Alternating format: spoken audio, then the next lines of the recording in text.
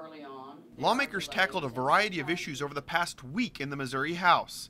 The House Committee on Children, Families, and Persons with Disabilities discussed a proposal providing several family-friendly tax credits.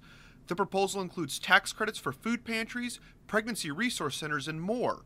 The sponsor of the legislation claims his bill is all about getting people involved. We are engaging individuals and people in the community to not only give of their money, but to give of their heart. And they see what happens in these programs, and they're able to get involved. They're able to volunteer their time. During the hearing, several lawmakers raised concerns, however, regarding the makeup of the groups benefiting from the proposal. My concern is just about one provision of the bill, and that's the pregnancy resource centers.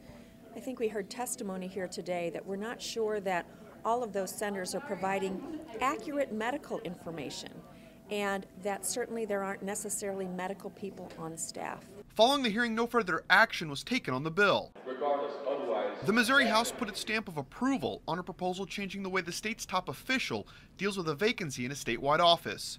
House Bill 110 requires any vacancy in the office of U.S. Senator, Lieutenant Governor, Attorney General, Secretary of State, State Auditor, or State Treasurer to be filled by an acting officer appointed by the governor until a successor is elected during the next scheduled general election. Lawmakers approved the bill with more than 110 yes votes. The proposal now heads to the Senate for consideration. Speaker Tim Jones met with members of the press to discuss his support behind a proposed bonding measure. The bonds would be used to finance capital improvement projects around the state. Money is a commodity, and right now money is at historically low interest rates. We have historically low construction costs, and more important is we have a desperate need to improve aging infrastructure. Projects that have been discussed year in and year out but remain on the books. During the press conference, the Speaker announced Representative Chris Kelly of Columbia would be leading a special committee intended to work on the bonding proposal. Rounding out the week, Missouri Supreme Court Chief Justice Richard Titleman delivered the annual State of the Judiciary address to lawmakers.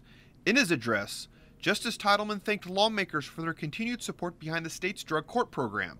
Reporting from the state capitol, I'm Jonathan Lorenz.